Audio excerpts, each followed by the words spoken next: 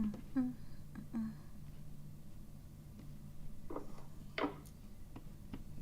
Oh, I'm gonna add you to the live on Instagram. Can you go live on Instagram? That's what I was trying to figure out, but I'm gonna go live from Ecan.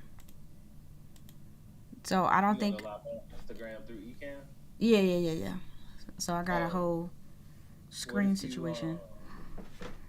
what if I go live on my phone? We go live together.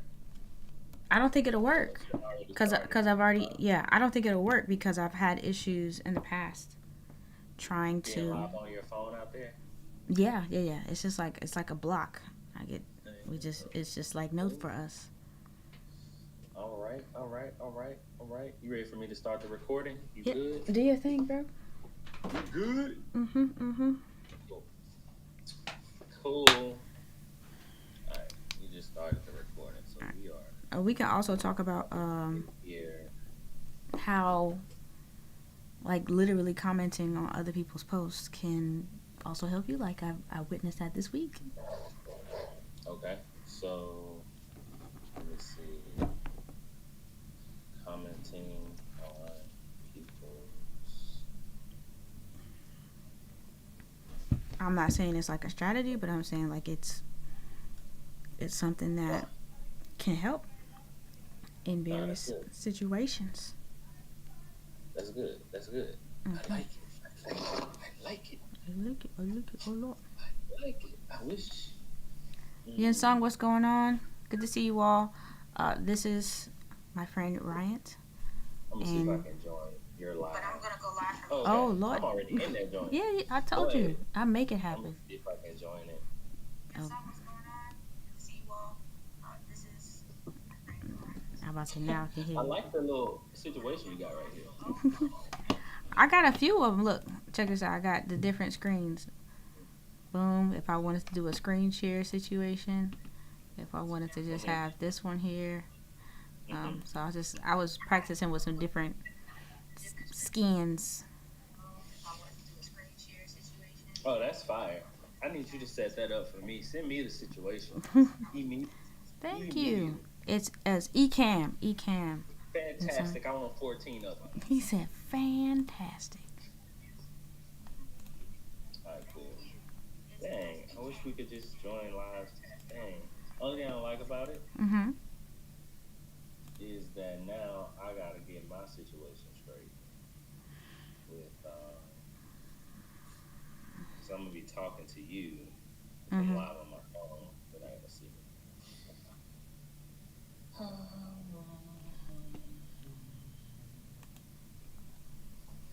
Um, I'm just not well. I told people I would go live, so I'm just gonna go live and call it. You said because Ecamm wasn't working for you. Yeah, but we just gonna ride with it. Okay. No title. We're just gonna ride with it. We're gonna do it ugly. Mhm. We're gonna do it ugly. I am gonna check to see if everybody can hear you. Did I mess up enough on my Be side? cool to do a picture in picture in here. Mm-hmm. That'll be dope. Oh, were you pointing it at the thing? Yeah, Or what? yeah, yeah. What's up, Let's see. family? What's up, Q? What up? What up? Hey, say something, Abby. Something, Abby. Hey, Now y'all my hear Abby in here? greetings and She's salutations. we're doing a little we're doing a little recording today. We're gonna be chilling out here, but Yeah. I didn't get my ecam working. We was running out of time, and I didn't have time for it. So perfect, perfect. Mrs. Brown, how you doing? How everybody doing? Abby, we got Q and Mrs. Brown in here. Hey, Um, hey. so me and Abby been I just found out today. Me and Abby been trying to record together consistently for a minute for like 2 years, and so this is our umpteenth attempt to do that. We got some stuff we're gonna talk about. First of all, California. Everybody's talking about that right now. Abby, you got any thoughts on Uh, first of all prayers? You have any prayers? I think it's not a great situation. I mean, but that's kind of obvious. So definitely thoughts and prayers. Been trying to think and reach out to people that I know that are out there, and just think about. I know they can bounce back, but I know it's going to be definitely not an easy go.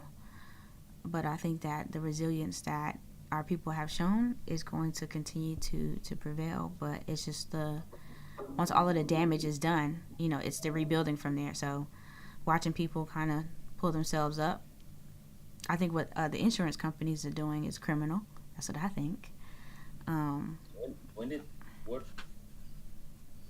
I heard a lot of people's insurance got canceled. Did they cancel it after the fire or the during the fire or before it? I believe they were. It felt like they were just looking at to see how bad it was going to get, and as it continued to get worse, they just started canceling fire policies specifically to be like, oh yeah, we're not covering that anymore. So you're gonna have to deal. So people are gonna have total losses and not have any money to, you know, rebuild. Yeah. Insurance companies are interesting because they're they're it's implied that the insurance company is there for you to be able to um, pay into them, and then you get support Mhm. when you need it, and then they just kind of crowd everybody's money, crowd out everybody's funds. Mm. They collect the money from the majority. That way, an incident here and an incident there, they've got enough money to pay. But when something happens to everybody, they don't want to. They don't want to pay. And from a strictly business point of view, it's okay for them to feel like they don't want to pay. Mhm. I don't always want to do the right thing, but what you want to do and what you actually do, that that kind of shows your character as a company. Right. Um, but I think sometimes that like insurance companies have somewhat of like a monopoly, even though there's different insurance companies, Mhm. because my assumption is they all know each other, they all talk, they all have conventions together. I think that because of that, they can make rules collectively that nobody can do anything about. So what's going to happen is they've canceled policies. They're not going to have to pay, and government's going to pay, Will they? which means that we all pay. Absolutely, 100%. You don't think so? I don't know. I feel like my main concern is how are they going to rebuild? How are they going to come back Now from this? I don't know what the government's going to pay. Mhm. You know what I'm saying? Like I don't know that, but I know that anytime something like that happens, those huge industries, companies in those huge industries, the government bails them out. Like the Okay. same thing happened with the student loan forgiveness. The government paid it, and not the people who got these students set up with all of these loans. Mhm. But those are the people who should have paid. You know what I'm saying? But they got bailed out. It's like, Mm. government take care of it. Yeah, I honestly think we're gonna say way too far from this, but I honestly think that the schools, I think that if you're a university and you offer a program that's gonna be difficult for um, someone to get a job or find work, and my definition of difficult is it ain't no way they finding work unless they know how to get work anyway and don't need college. You know what I'm Mhm. saying? Yeah. Um, because the marketing has been fantastic when it comes to go to college, go to college, go to college, go to college, go to college, to the point that most students that go to college are there to finish college. That's their goal. So for real, no, real talk. Because you still got people who are first generation Mm-hmm. college attendees or college graduates in their family. So it's a really big accomplishment for them to even graduate from college. They superhero in their hometown because they went to Mississippi State. You know what I'm saying? Mm. So, good morning, good morning.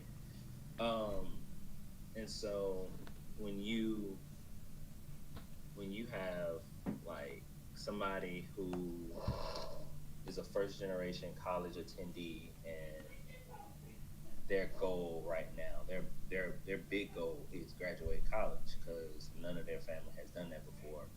And you tell them like, yo, we just created this program where you can get a degree learning how to make laugh out loud ceramic cups, and you can get your bachelor's degree in 2 years. Mm. Guess what? You are gonna have people that enroll in that, and they get student loans for that because they want to graduate. Mm. And as a student, you don't know if you get a degree. You know a bunch of people that got a degree and work outside of it, but they got jobs. People ain't gonna do a lot, might get a job. So yeah. Anyway, the point is California fires and the insurance companies. It's like that's that is one of those situations where um, companies don't do what they claim to do. Mm-hmm. And one of my issues with insurance companies is that like you have to have car insurance, like liability, right? You got at least got to have liability in most states, which is cool. I think you do need to have that, but it also benefits the insurance company that every single car that has to be on the road has Mm-hmm. to have insurance. And every time you file insurance, you have people that have accidents. You got people that bag into their mailbox and they don't report it because they don't want their insurance Their rate to premium to go up. go up. Yeah. But the premium is just going up in general every year. So yeah, it's weird. Um, You know, I didn't yeah. want to go to college. You didn't want to go to college? I didn't. I only went to college because I wanted to be a good example for my siblings. But I wasn't like a. I was always an above average student, but it wasn't necessarily something that I wanted to do per se. But it was the only, I guess, like blueprint I had. And technically, moving like to America, like my mother's British and stuff like that. I'm technically Okay. the first one to graduate college here in the United States, but it wasn't necessarily like a dream of mine to go and do stuff. I've always been super like good with my hands. So happy to have the opportunities that I've had, but it was never necessarily in my particular plans to be just like, oh yeah, I want to go to college and do X. I was just like, mm, Mm. Did you go to college? I, I have 3 degrees. You was to be somebody who ain't want to go to college. You sure did do college. I did. Good Yes, I grief. did. So, Good because grief. there was nothing else to do. So 3 degrees. when you mentioned like going to Mhm. school and not necessarily getting a job and all this other stuff, like school was the only other option if you weren't going to be able to get compensated for your the skills that you they said that you acquired in school. So I kept going because what else did I have to do? I don't know. Yeah, yeah. Um, I get that. I feel that. I went to school and I was there for a while. Okay. I went to school. I graduated high school in 2008, and I went to junior college for 2 years. And then my parents had me in this. They had like invested money into this tuition payment program Mhm. that like they invested while I'm in high school, middle school and high school, and then afterwards they'll pay tuition for bachelor's for 4 years. Mhm. I made that money stretch. Okay, so I went to JUCO and I went on a band scholarship, so tuition was paid for. What's your instrument? I was in the percussion section, so I went and went on band scholarship. Cool. When I got to Mississippi State, I had one more years of tuition at that company was gonna pay.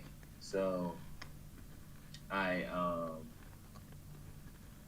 went to school one whole year. The next year I started doing a co-op. It was like an internship, Mm-hmm. and I went back and forth.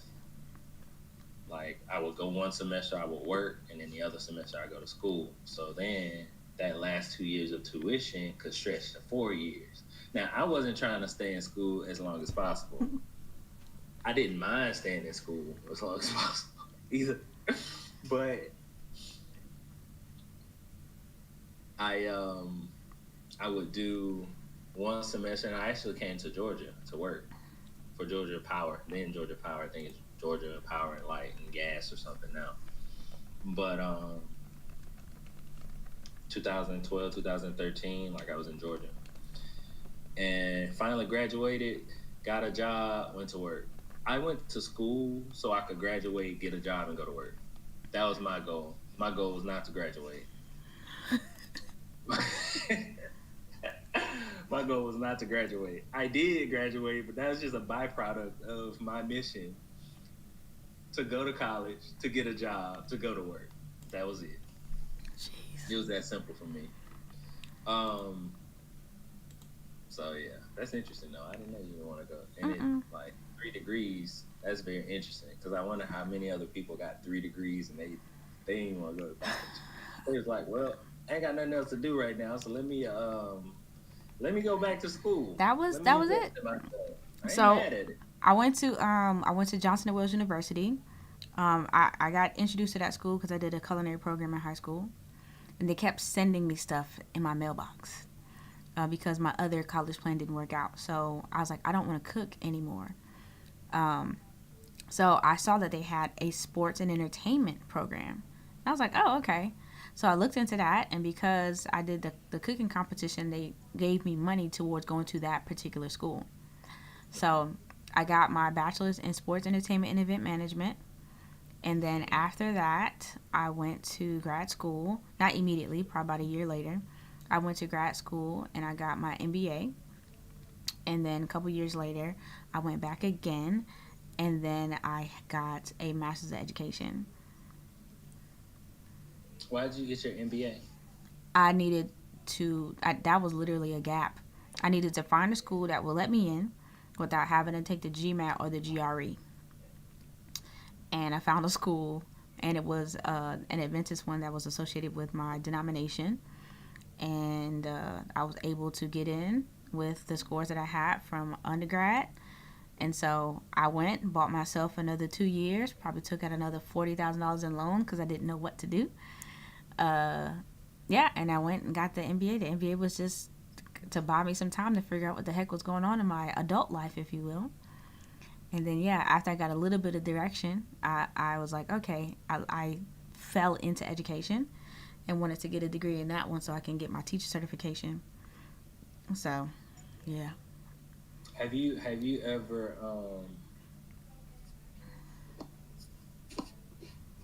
your MBA was only 40 grand?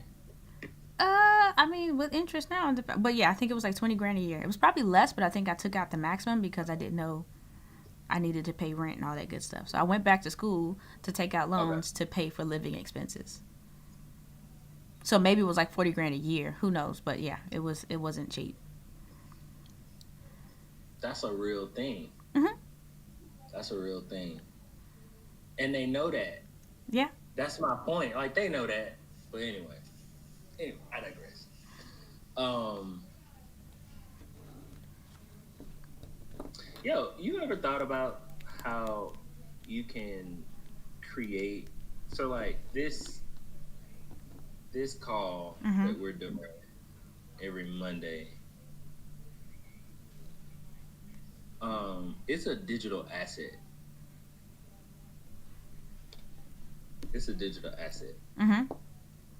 that we're creating. And if we meet every Monday and we do this, Mhm.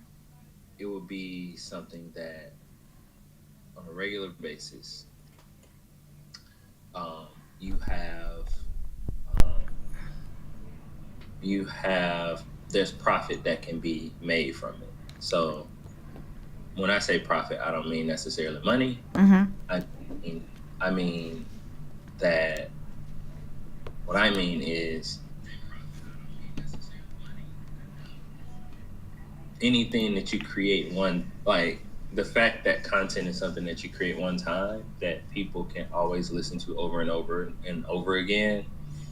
If you can inject some value into it, then you got something Mm-hmm. that you can profit from in the form of like not having to use your time to give messages to other people who need to spend more time with you to get to know you.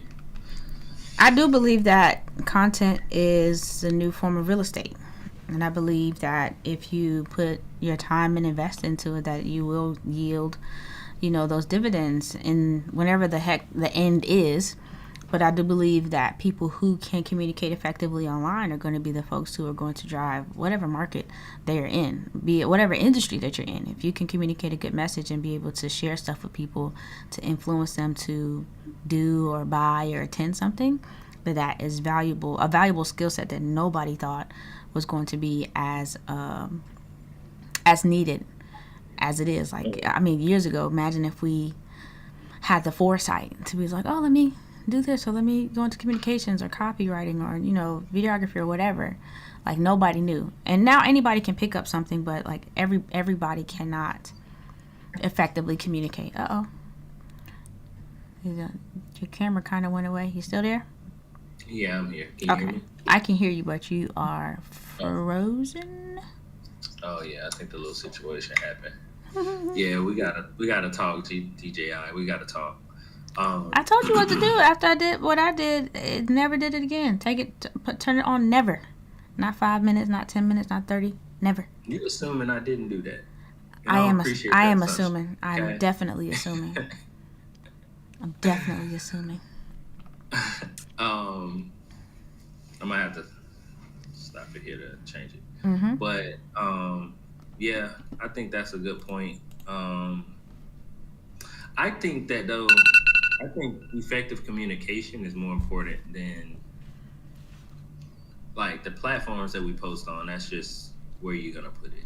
Mm-hmm. It's where you are distributing the content. But um, what's more important or what's most important is your ability to effectively communicate, Mm-hmm. your ability to see problems that people have, um, and the other piece of that is have a genuine interest in helping people solve those problems.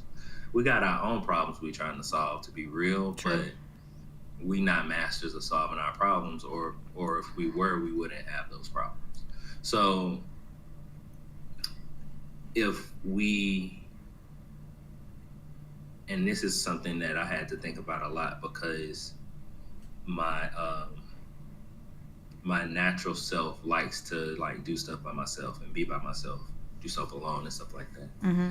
But I do love to help people, but I want to like know what your problem is, help you with it, and then go back home. That's what I want to do.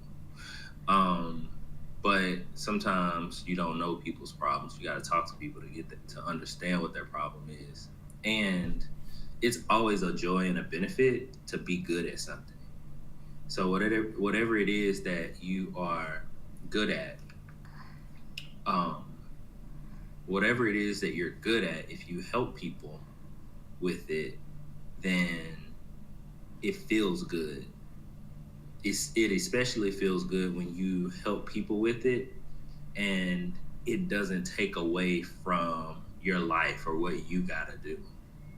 Because it can be frustrating to be behind the whole week and you have an opportunity to help somebody, but like, and you want to help, but it's like, dang, I'm already gonna be try playing catch up for the rest of the week. Mm. So strategies that I use to make sure that I'm always available, not always available because I'm not always available to help people, but I'm getting to that place is number one, making content and trying to build a YouTube library of content that'll help people. If like you need some inspiration or you got a problem that you need solving that you want to talk to me about, or you want me to make a video on it, like let me make some content on it, and then let me post that.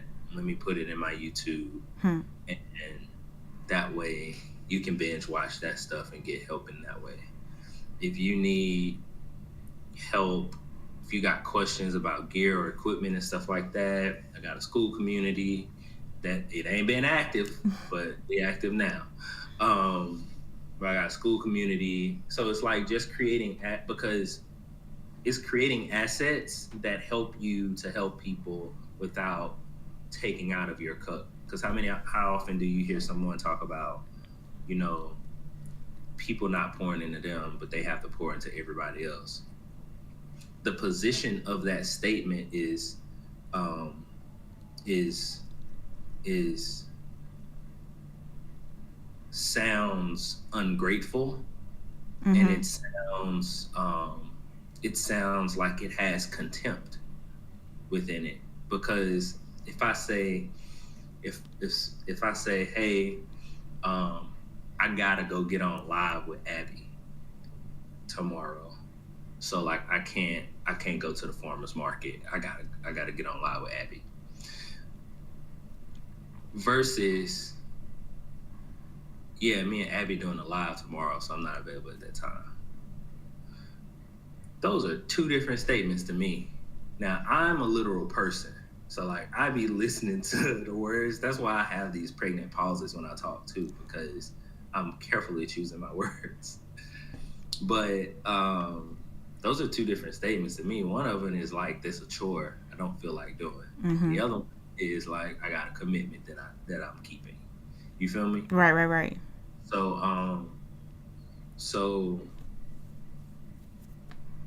having resources doesn't really mean that you have to have money.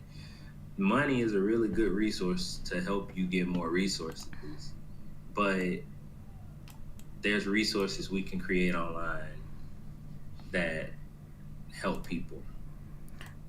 And instead of having a conversation at a conference that you're attending in the back room with somebody when you should be listening, both of y'all missing the message, but you're trying to tell them about what you do, or you're trying to tell them about, what if you just had a website that they could go to see about what you do? What if you had a YouTube channel that they can go to if they want to learn about such and such? Like, yeah, it's on my YouTube channel. I'll airdrop it to you. Airdrop it to them. Y'all both keep listening. So like creating those assets, those are things that you said if we had the foresight back then to make content and put it online. Some of us don't have the current sight today to do it. So it's a thing that's not going to be here forever. And when it goes away, people are going to be like, man, I wish I had done that. Right. So, yeah, but that's my thoughts on that. That's a good point. On my live, Digital Ram, he was like, he needs to talk slower himself. Yeah. Communication is a lifelong journey for a lot of people. Like personally, I have to work on not being so monotone when I'm talking. Because if I'm talking to the wrong audience, it's probably gonna make them a little comfortable, sleepy. So some people like that though. When people are like, oh, things are oversaturated, I'm just like, you never know what people like. So I have had situations to where I've had people on my YouTube channel or even on Instagram just thank me for showing up, because it is rare to see a black female talking about whatever it is, content, tech, all these other things. And so some of my most popular tutorial videos have been simple stuff. According to me, there's 1,000 videos about it, but they were just like, it's good to see you. And I'm like, so whether you are monotone or whether you are, very expressive, some people are just like, I just need somebody who's going to break it down to the point, and I don't need them yelling or overexciting me. So you might be suitable for those individuals just trying to be like, just get to the point.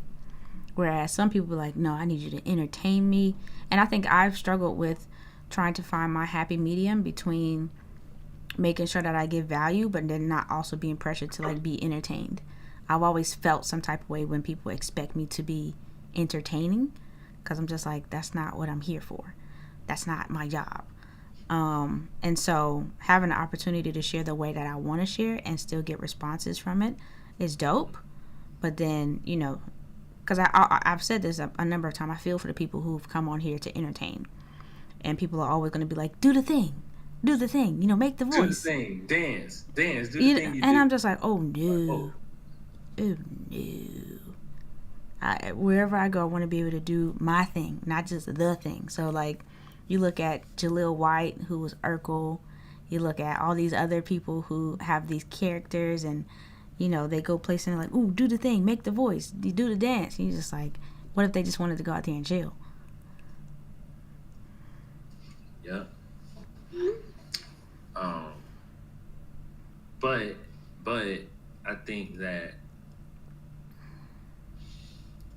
I think that what's entertaining is, I think definitions are important because people find me entertaining, and I'm not an entertainer by any stretch. But people find me entertaining. I have dry humor. Mm-hmm. I have dry humor, but I'm not trying to be funny all the time. Sometimes I am trying to be funny, but I only care to laugh. Like, I'm not really concerned about anybody else's laugh, and that might be selfish, but that's how I am. But But that's a people blessing, find though. me When you have natural humor and you're not trying to do one thing, is way better than you putting forth all this effort and still not getting the. well, is it? Because I think it's great. I think being myself is great, Mm-hmm. but I also think that if you want to be funny, your first time trying to be funny or your 15th time trying to be funny, you might not be funny. But if you keep working at being funny, you can be funny. If that's what you want to be. Mm-hmm.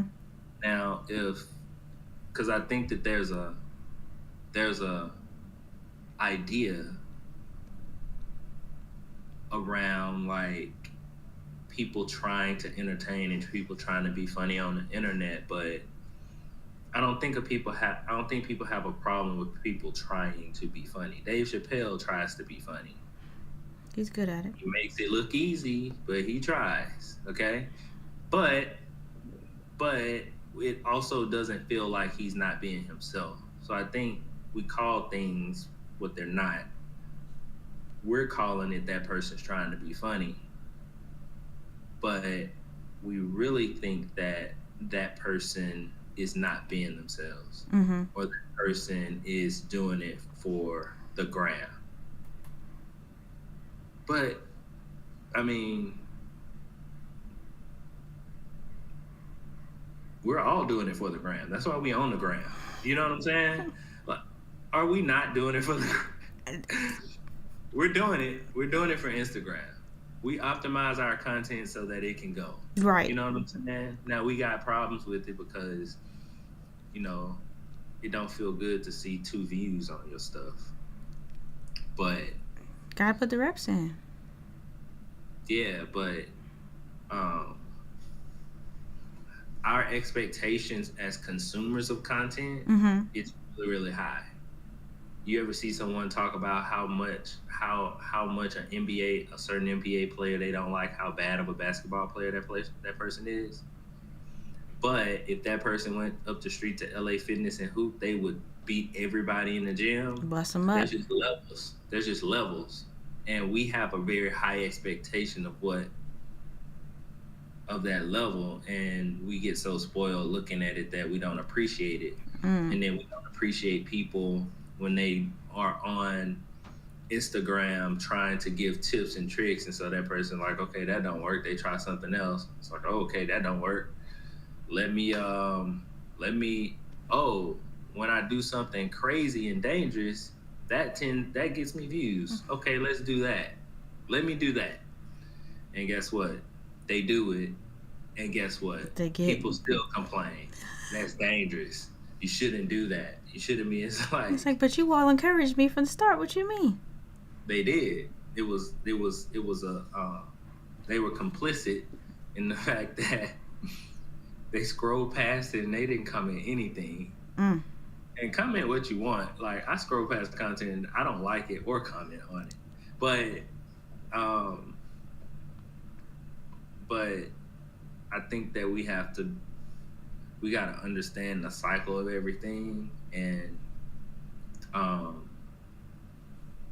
and just know that in the same way, Abby, that if the average person had to go and shoot one of the events that you shoot, Mm-hmm. it would be a long day for them.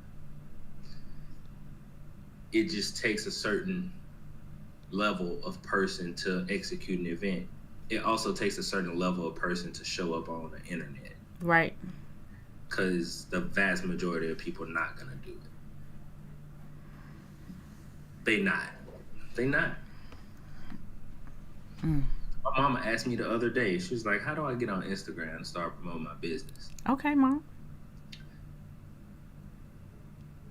I let her know from the gate she ain't gonna have time. We're gonna have to figure out a strategy that doesn't require you to make content, mama. Because that's a whole journey, learning how to make content. So anyway, those are my thoughts. No, it is. You got I've had thoughts on that? I've had a few people message me recently, kind of in their beginning stages, which is I'm also trying to, in a sense, go back to when I was at their point and try to find different ways that they can, in a sense, take advantage of what we have. But it's very difficult to kind of try to portray that to people who don't get it. I think one of my biggest frustrations lately has been trying to explain the process when it comes to content creation and production to people who just think that, oh yeah, all you gotta do is just just do this and just do that. Like it should be no big deal, right? Like we should be able to get this done in like a day. And I'm just like trying not to get offended at the same time. So breaking it down to them in a way that's just like, it's possible. And so for me, honestly, it's been a situation to where it's more for ministry as well. And you're like, I love y'all. I really do.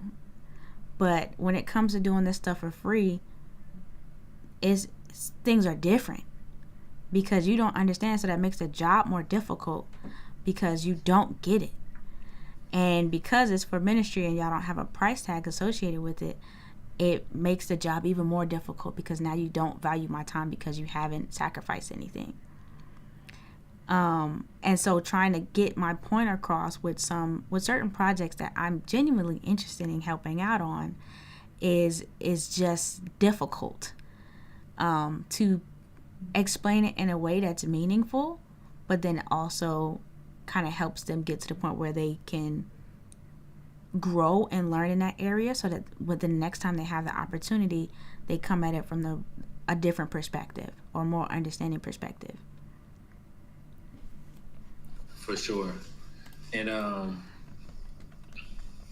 right with Miss Brown and Digital Ram, shout out to them because I know they know the journey that is content creation. It's not a it's not a it's not a easy thing. She also said, "You don't value my time because you haven't sacrificed anything." That's a nugget. That's a nugget. Um, that is a nugget because it takes sacrifice to get what you want. Mm-hmm.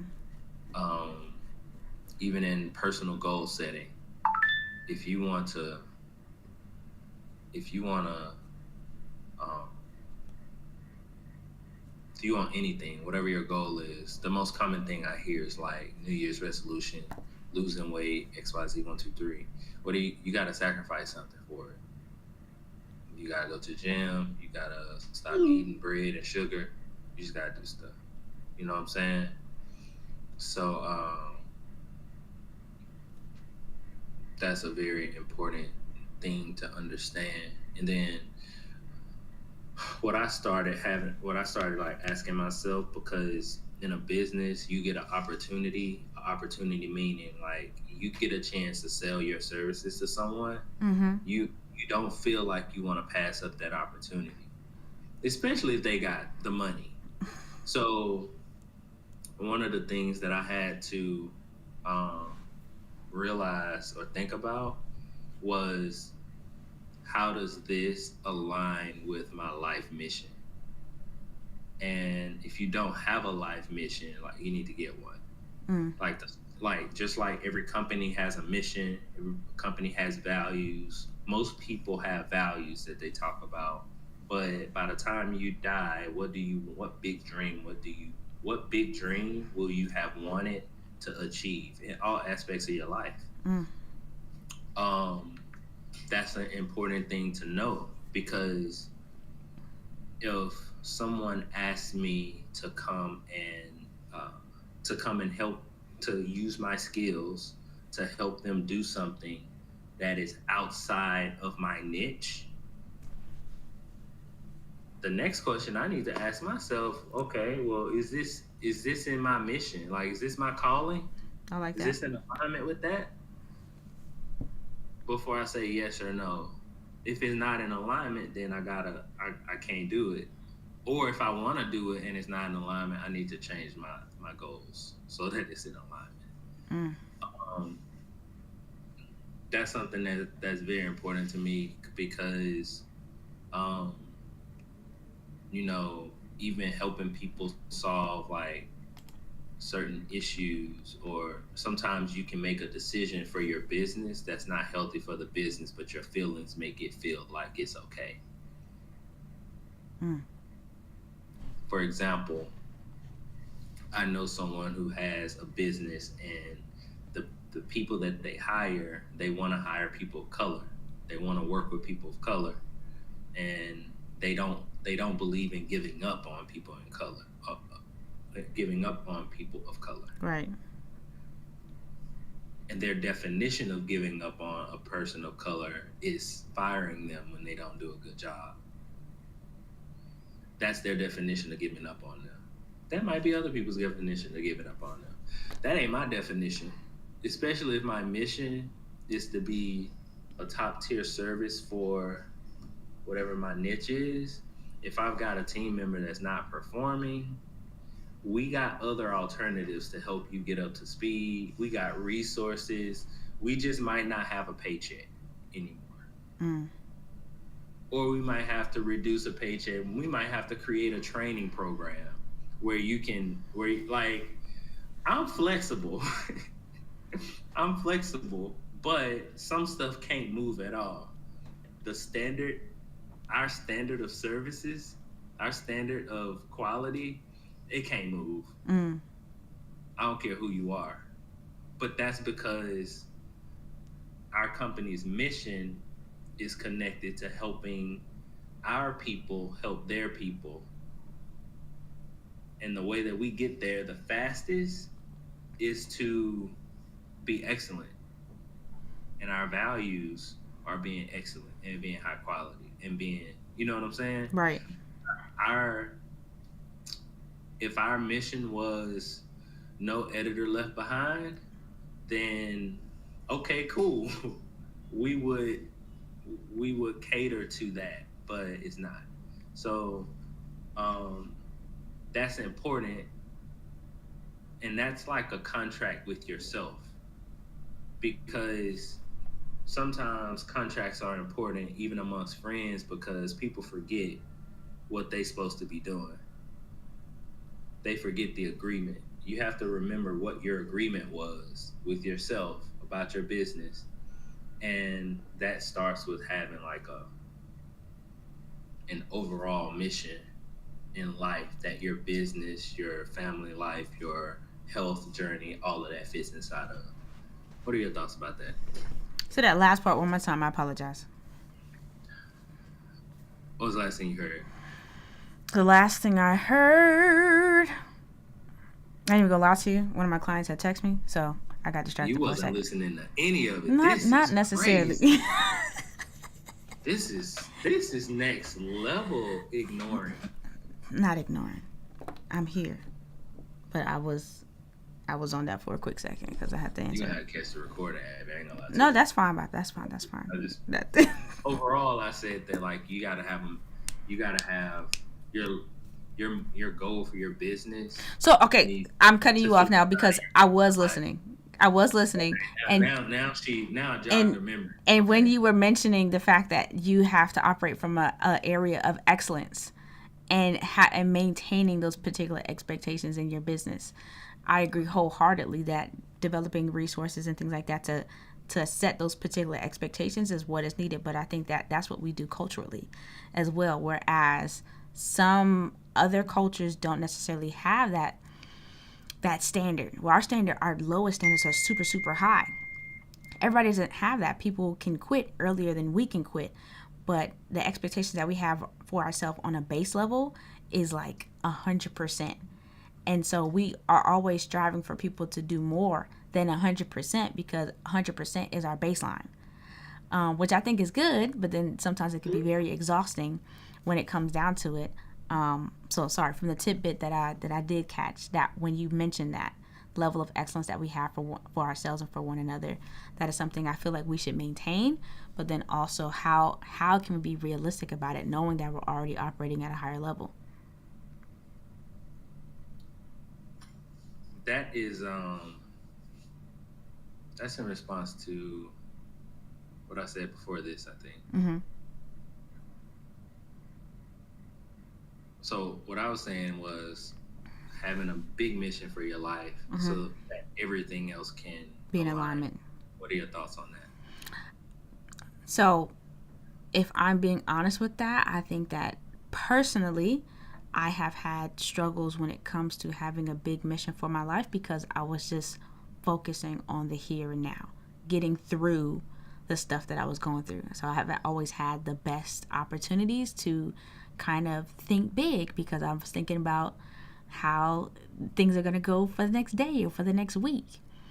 Now, I do believe that having a larger vision gives you a certain amount of direction that you can take to give yourself those boundaries to say yes or no to certain opportunities. And having a baseline for, or not even a baseline, but just knowing where you want to go, you can turn down things. So, for instance, if I'm saying, okay, I want to get better at how things look or cinematography, stuff like that, then I don't have to focus too much on things like, I don't know, projects that have nothing to do with me dialing in my settings. Or even if I do accept those things, now I can attack the project from a different way to where I can practice those specific skill sets that I want to acquire. So having a larger vision and view will help you break down stuff that you can kind of bite off and tackle and learn. Overall, my roommate's been doing a really good job of just helping me say, okay, what do you want for the year? What do you want to do for the month? And then what can you do like weekly to kind of attain those things? So it's something that I'm learning even today, how to tackle my days and how to tackle my weeks that will get me, those half steps or those full steps towards my overall goal that I want to achieve. So I see. So at one point in my life, I felt, it gives me anxiety, What? Abby. Um, I'm anxious when I'm not clear.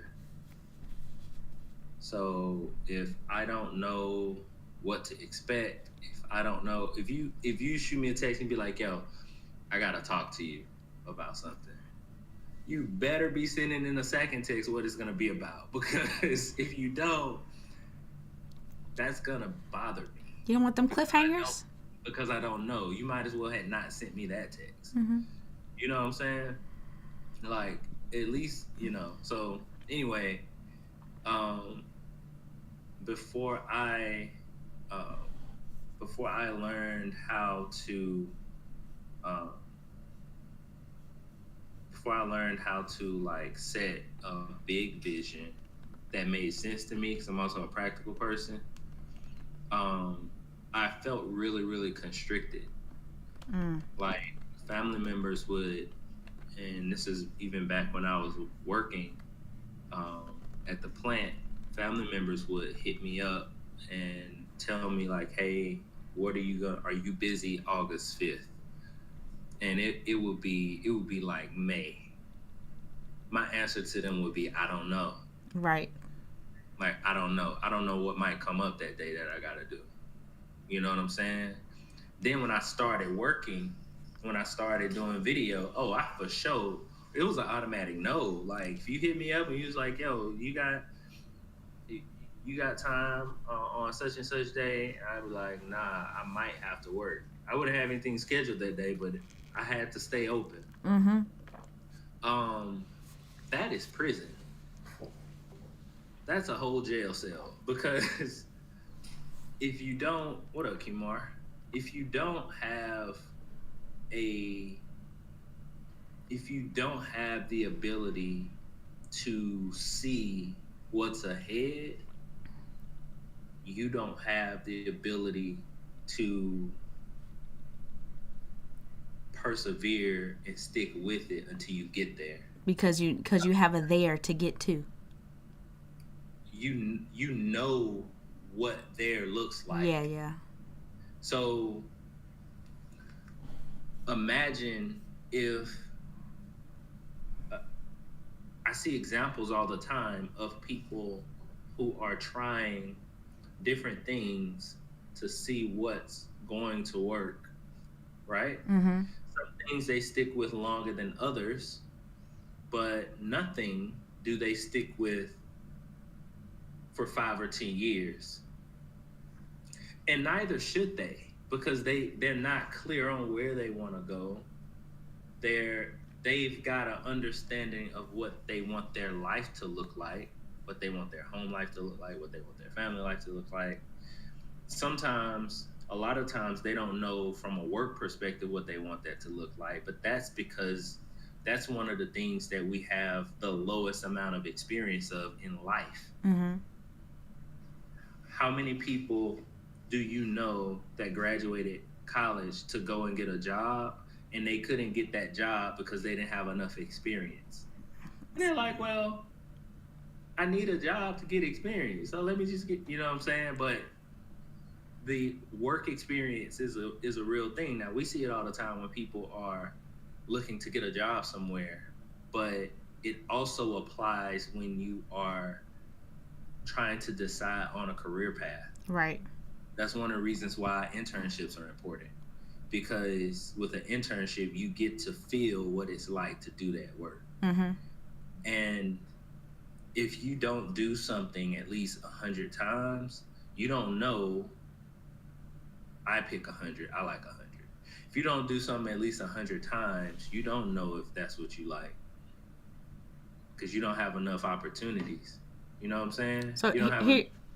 here's my question when it comes to that, because I mean I'm a believer in internships and stuff like that. All that stuff is well and dandy. The issue that I ran up against, even when I was in college and I had different opportunities, was that okay? So I'll take me out of the equation. Now, don't miss my Mm-hmm. point. I don't want to segue on to like the value of internships or not. Mm-hmm.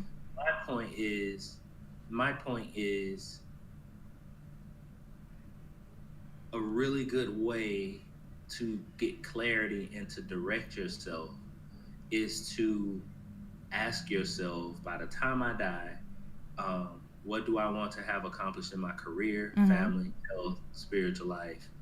Like, what do I want to have accomplished? And is what I'm doing right now Mm-hmm.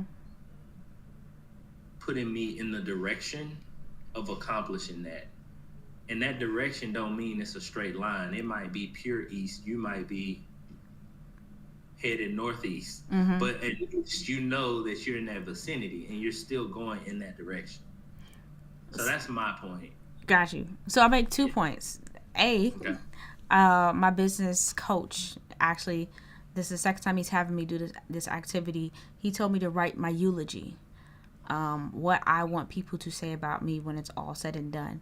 And it wasn't like he was like, give 3 or 4 quotes from people who are going to be close to you. So let's just say in the future, whatever, your spouse, your children, you know, a close friend, maybe some coworkers, people who work with you. What do you want them to say about you?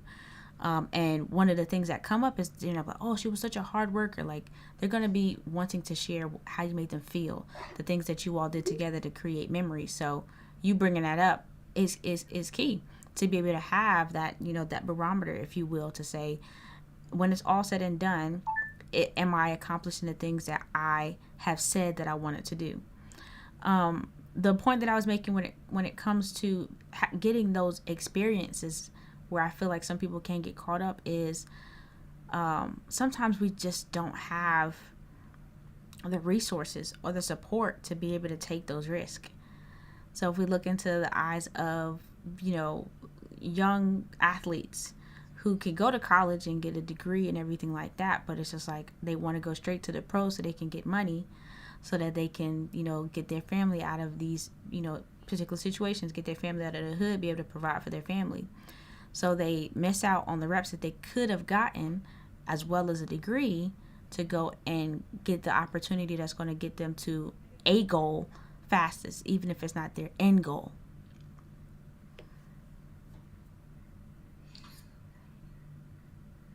When you say some people don't have the resources, Mm-hmm. what do you mean? If we still use the analogy of the athletes, right?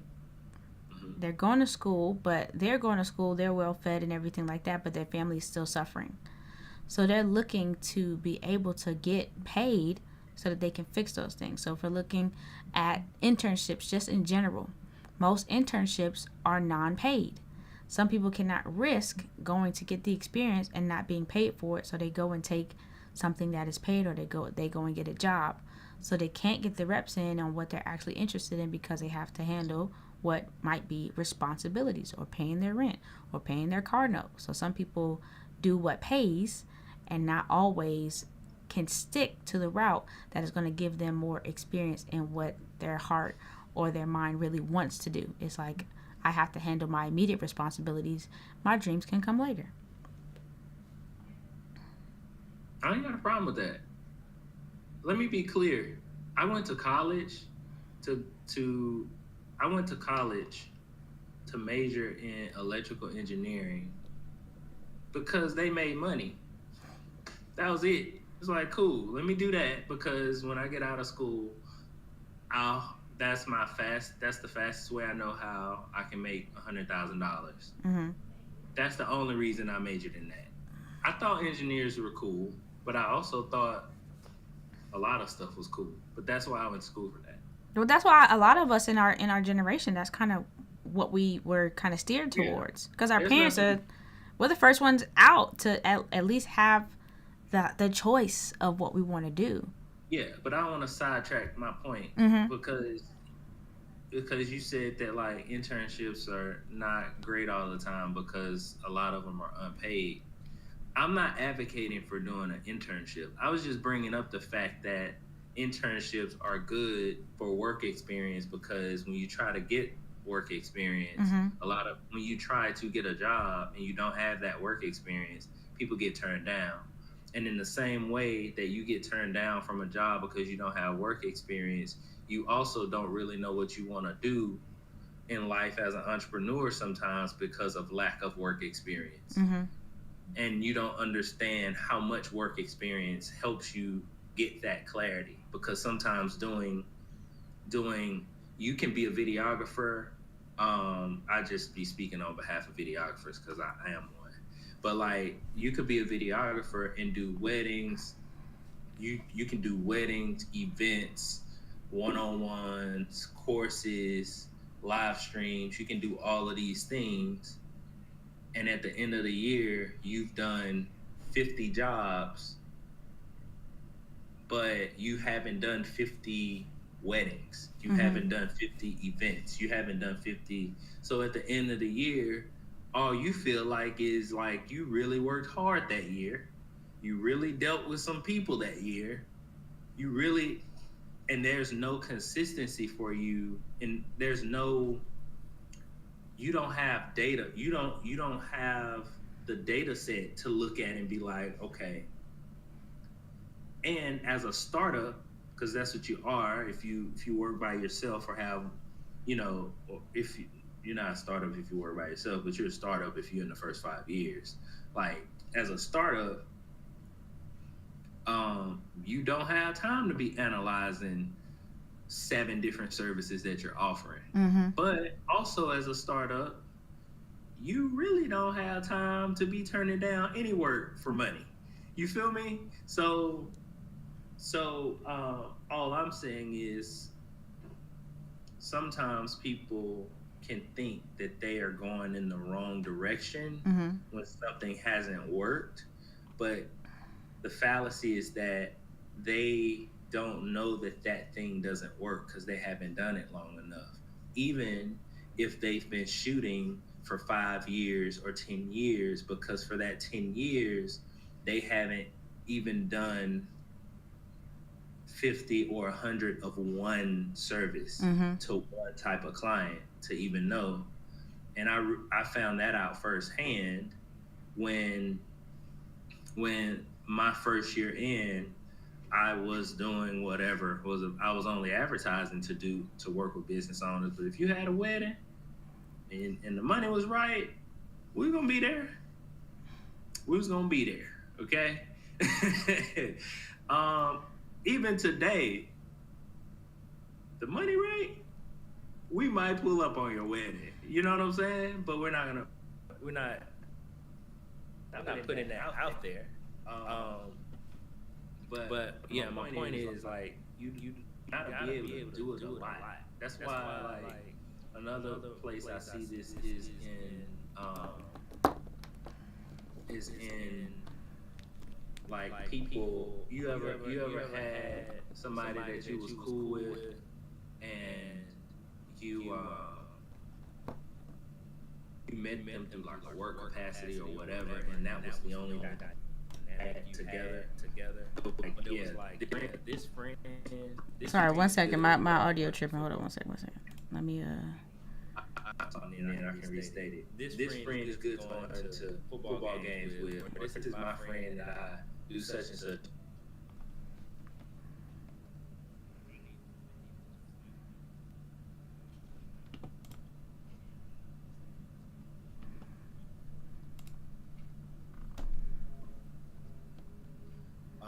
hold up.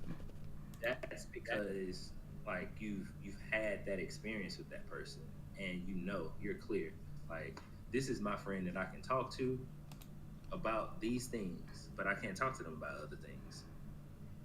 So yeah. Anyway, what happened, Abby? I had to get that thought out. You good? My audio went crazy for a second, so I was Is like, it back? Back? let me check on this. Live from where you at? Abu Dhabi? Abu Dhabi, where? Yeah, live from Abu Dhabi, where people leave their door unlocked. Y'all don't leave y'all door unlocked there. Y'all leave y'all door open. Mm-hmm. Y'all just door open, window open. I mean, my windows are open. They floor to Food in the ceiling. fridge for the visitors. It's like, yo, you come in, just like my stuff is at the top, but anything else you want is right there. I feel you. I'm just saying. Abu Dhabi life. What's up, y'all? Hey, Cams. All right, let's move on to the next topic because I got about another good 25 minutes. Oh, we've been rolling. Recent events. What you been working on recently? I have been working on. I'm about to switch up my content, so I'm working on scripting, in a sense. Scripting better to. I decided I wanted to take on some more clients. I want to take on some more retainer clients, so I can get those reps in that you were saying earlier.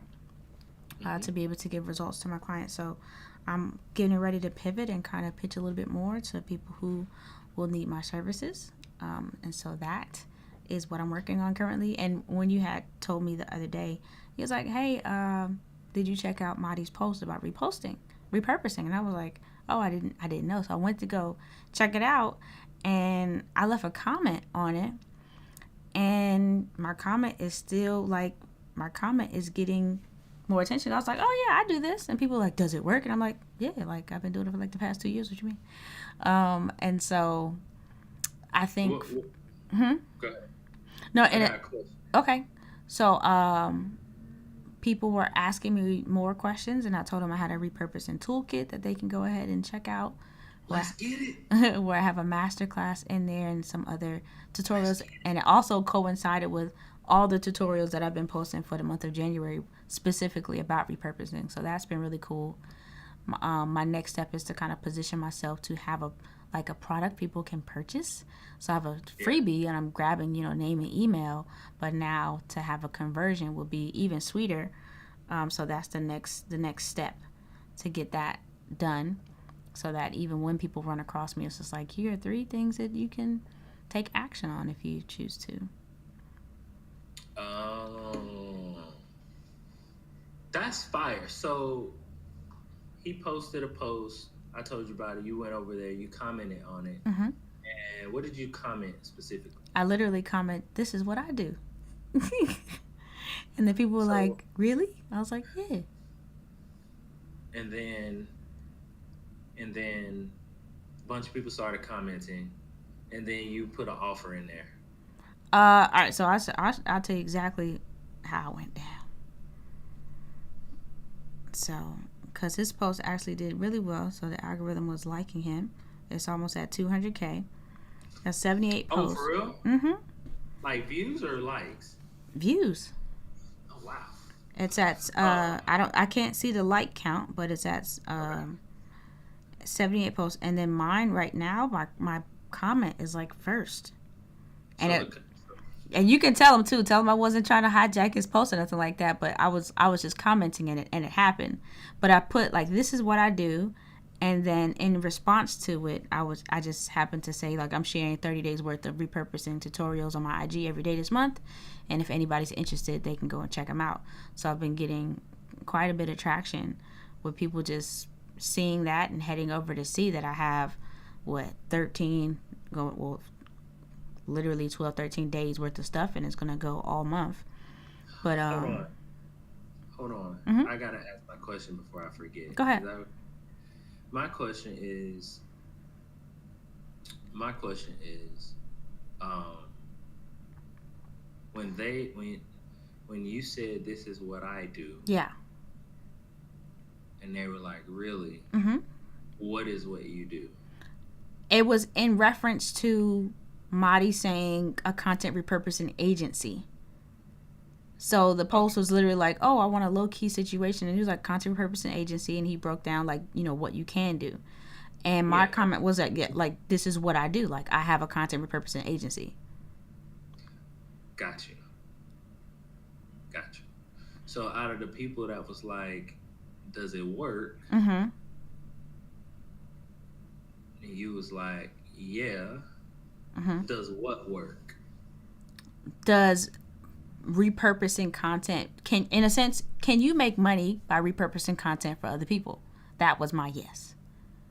Because that's what I do. I repurpose content. My clients I repurpose their content, send it to other platforms, and they pay me to do that. Okay. And then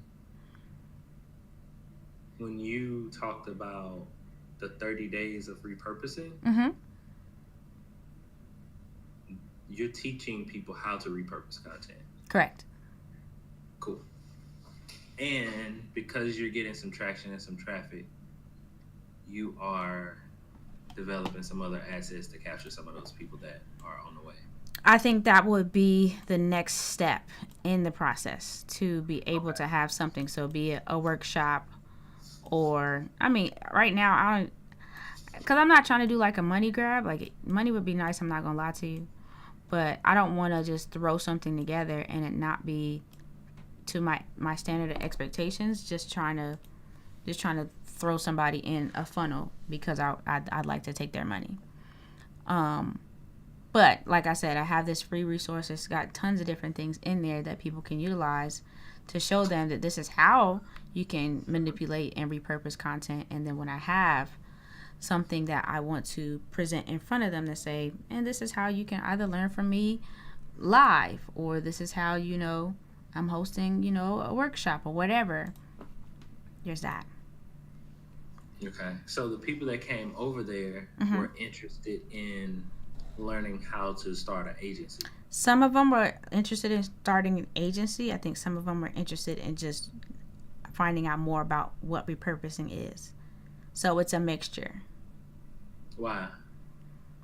I think, well, it's Marty. And so he's always dropping knowledge. And when people have never thought about doing that thing, because he just referenced that thing but didn't necessarily show the how of that thing, then you have somebody in there saying, this is what I do. Now they're wanting more information. How do I do that? How do I repurpose, or how do I start a repurposing agency to be able to make money by repurposing? So it's like, what is repurposing and how can I make money from it? Do you have resources to teach people how to make money from it, or are you interested in teaching people how to make money from it? So I can only teach people how I have made money from it. And the way that I've made money from it is having packages for businesses and personal brands to say how often do you want to show up on social media, and then what assets do you have that I can get access to, and I create content around what they have. And I say, okay, if you want to show up 3 times a week or 5 times a week or 7 days a week, it is going to cost you X. And once they agree to that, then I say, bet. Here's the link. Okay, cool. I was asking those questions because I was trying to, like when I sent you the post, I thought, oh shoot, You dropped something. I play basketball. Yeah, I be playing basketball. Fun fact, people don't know about me.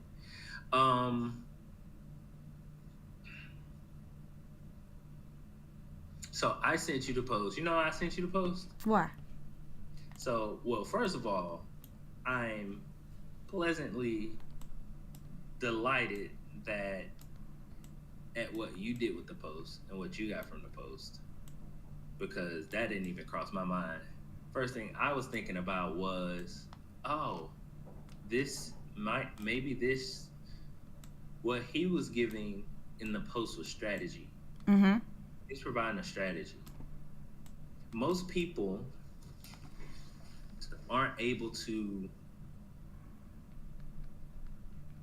The reason why people can post content online and everybody not be able to fully execute on it, but they get inspired to execute on it, is because people either give strategy or they give execution steps. Together, those things kind of give you the playbook, and that's what people usually sell. Individually, you have enough to start doing something, but you don't have enough to like go all the way. It just sparks that interest. You go look at other places, you go and get other information, and then you go and do it. The unique thing about that post for me, and what made me think about you, was he was offering strategy.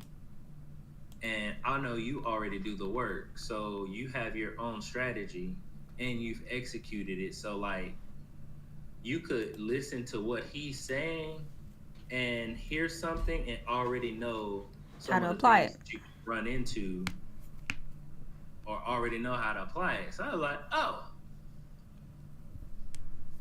this is some easy money. You know what I'm saying? So I was like, yo, Abby, check that post out, because he did give some strategic insight into running that business. Now, I don't know if it was helpful for you or not in the way that I was thinking it would be helpful, but I'm glad that it was helpful in general. It was a confirmation to be like, I can achieve my financial goals by being able to kind of go after more clients and have them on my roster. That's also another thing that I thought. I was like, this is also, because you know how business can be. You know, you get a little bit of a drought, you start to wondering, is this even a viable business model? And so I was like, well, this will at least be helpful during those hard times. You know, if and when she go through hard times, in the business, she can be like, well, I this can do marketer this. that has done it for way bigger people than me says that this is something that's real. So, yeah, that's kind of why I sent it to you. You let him know that I've spent money with him too. So it's like who is Let's this? Who go. is this leech on my comments? It's like no. That's never No, the no, no. intention. He ain't tripping about that. He ain't tripping about that. Cool. I guess we got 13 more minutes. Um, Walk me through this pivot that y'all was going through with this blackout and having to switch locations. the snowstorm. So Mm-hmm. we did an event in a snowstorm. I'm gonna try to make it sound dramatic, but it's actually pretty smooth. Um, I think the main thing was that um,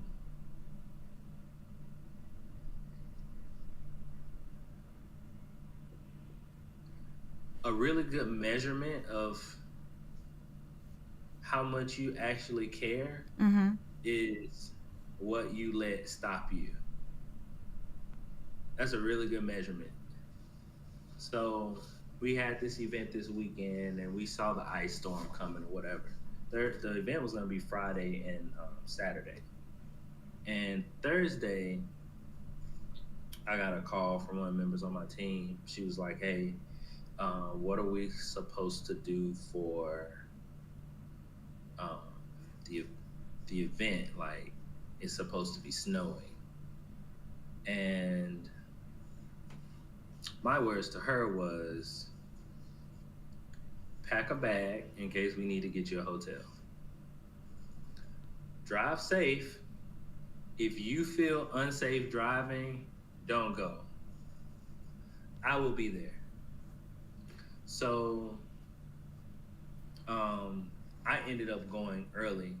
I ended up going Thursday and just getting a hotel room and going up there Friday, because what we were doing, if neither one of my team members came, it would be a long day, but I would still be able to get the job done by Mm-hmm. myself. You know how I don't like working by myself though. So we get there Friday morning at like 6:30. Um, it's like an hour before our clients team was supposed to get there. The event started at 8:30. They were gonna be there at 7:30.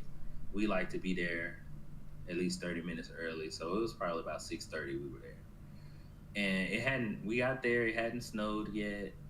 So a little bit of ice started coming down. At 7 o'clock on the dot, snow started pouring down. And I know you've never heard someone say snow poured, but that's what happened. Snow poured down.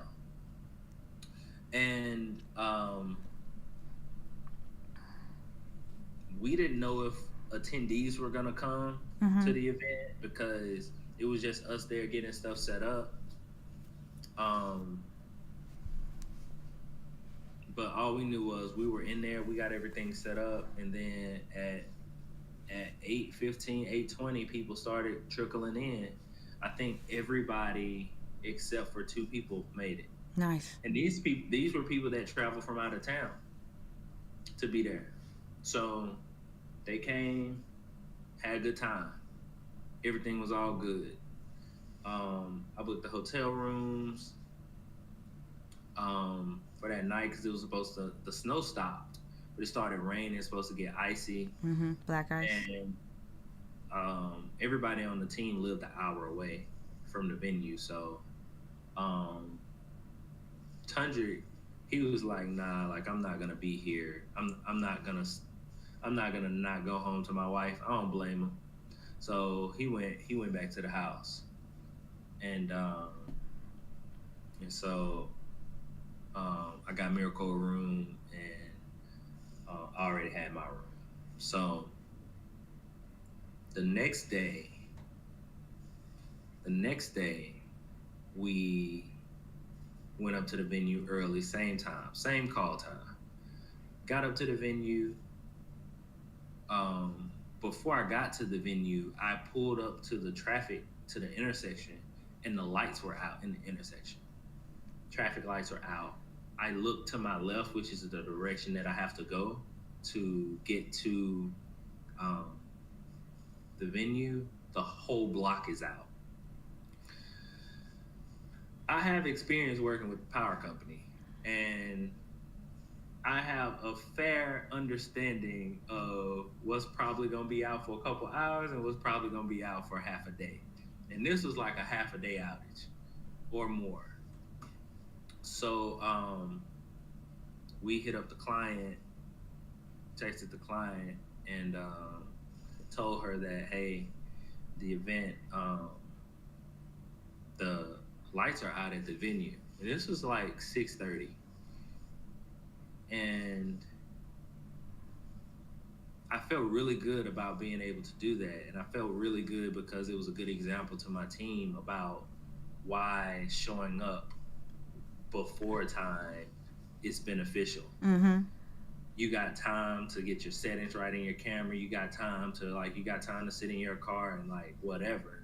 But we were able to let the client know an hour before the client would have originally found out that the lights were out. And so she contacted the person over the venue. They said that the lights had been out since 3 a.m. that morning.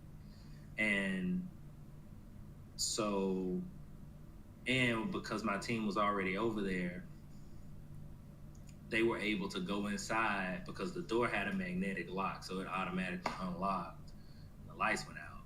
So they were able to go and grab the stuff, which also helped the client, and bring it to the hotel, which is where we hosted the second day of the event. Our client, her team is so fire. So she and her team, they just casually went and rented a conference room at the hotel, made a couple of changes. A lot of the people that were attending the event were staying at that hotel. She opened a tab for everybody to like make an order at the Starbucks that was at the hotel to get breakfast. Like they just shifted everything, and we started 30 minutes later than we were supposed to. And so and everything was good. Everything was smooth. It wasn't, and it was a really good example of why there's so many good examples. Anytime you have an event, there's so many stories with like lessons, but a few things that I'm very grateful and appreciative of is number one, the caliber of client. So we work with clients who, if they have to lose money to keep their promises, they're gonna do that. Now, I don't know if she lost money or not on it. I don't know. But she made sure that everybody there, all of the attendees were taken care of. You know what I'm saying? She made sure of that. And she made sure everybody around her is like taken care of. Mm-hmm. And they take care of her. And one of the reasons why it's easier for a person to do that is because she makes enough money to do it. But also because my company charges because we charge what we charge, it's not, I never thought about, dang, this is gonna eat into my profit, or dang, I'm about to lose money on getting some hotel rooms, or dang, you know what I'm saying? Right. I'm not, what I pay my team, they happy to go grab all the stuff and bring it. What else you need? We could come early, but I wouldn't be able to pay them well if I was always trying to like Nickel and dime. save money because I didn't charge enough to make enough money for my business to provide the kind of service that I want to provide to the clients. And I think that's a important testimony because videographers, I believe most of us genuinely care about delivering a very high level of service, but we don't always have the resources to do that. And so it's definitely something that I'm going to reflect on, and I'm going to reflect on to share with the school, and then share the next time I have a conversation. But it wasn't, we didn't email the client and say, hey, we booked hotel rooms. Can you reimburse us? Yeah. We could have. That's a business thing to do. We could have. We could have done that, and we would have been within our right to do that. We probably should do that, but we're not going to do that because I also, one of the reasons why clients really don't mind paying our prices is because it's just easy and flexible to work with us. We're not going to interrupt them saying like, hey, yeah, we can come and do it at this location, but it's gonna cost this much. It's gonna change the scope. Yeah, it's gonna change the scope of work. So yeah, I'm still reflecting on that day. There were some things that, as a team, I think we could have executed better. But our floor is so high that like whatever we need to fix, it ain't, the client ain't gonna see it or notice it. You know what I'm saying? And I like it that way. I want to keep it that way. But yeah, I know you got to bounce. I'm proud of you, man. Energized Educator said to be early is to be on time. That is the truth, bruh. It's the truth. So yeah, it's 11 o'clock. Let's bounce. Same time next week. Same time, same place. We're gonna be ready to start at 8:45. And I'm gonna figure out what my tech situation is. But yes, and hopefully, what is my tech situation? Oh. I'm about to say, if you ain't figured out that Ecamm thing, I'm gonna text you my affiliate link so you can get it, and I can get a couple dollars. Time in the calendar. You can send it to me so I can use it, but I'm gonna put some time in my calendar on Wednesday to get it together. Sounds good. Get Ecamm together. And send me that thing you said as well. All right, good people. I'm ending the live now. What thing? The SOP. The SOP, the ChatGPT SOP? Indubitably. Should I give that away? Should I like? If people understand the magnitude of what it is, people who are looking to run a team. So videographers who have a team. I need to make it cooler though, like because my coach said that if you make a lead magnet that you can't sell, then it ain't a good lead magnet. I like that. So I need to make this thing sweeter. I needed to create a SOP, and I needed to create a workflow, like an explanation workflow on how to use it to project manage, and a measurement system for how effectively they handle following directions. So a way to give feedback. Okay. If I give somebody a SOP and I have expectations and they carry it out, but I still don't have a measurement to say if they did it well or were areas of improvement, That's what I'm suggesting. SOP already does that because it provides a checklist at the bottom. Okay, sweet. So if they fulfill what's in the checklist, then it got done well. If they fulfill what's in the checklist and it didn't get done well, then the SOP needs improvement. The guy. And you need to add another part to the checklist. Well, send me the unsweetened version and I'll check it out. She was like, "Cause you're gonna take too long." I was like, give me the unsweet. I'll add my own sweetener. We're good. I got you. I'm texting it to you now. I appreciate you. I'll holla. Later. Peace. All right. Peace.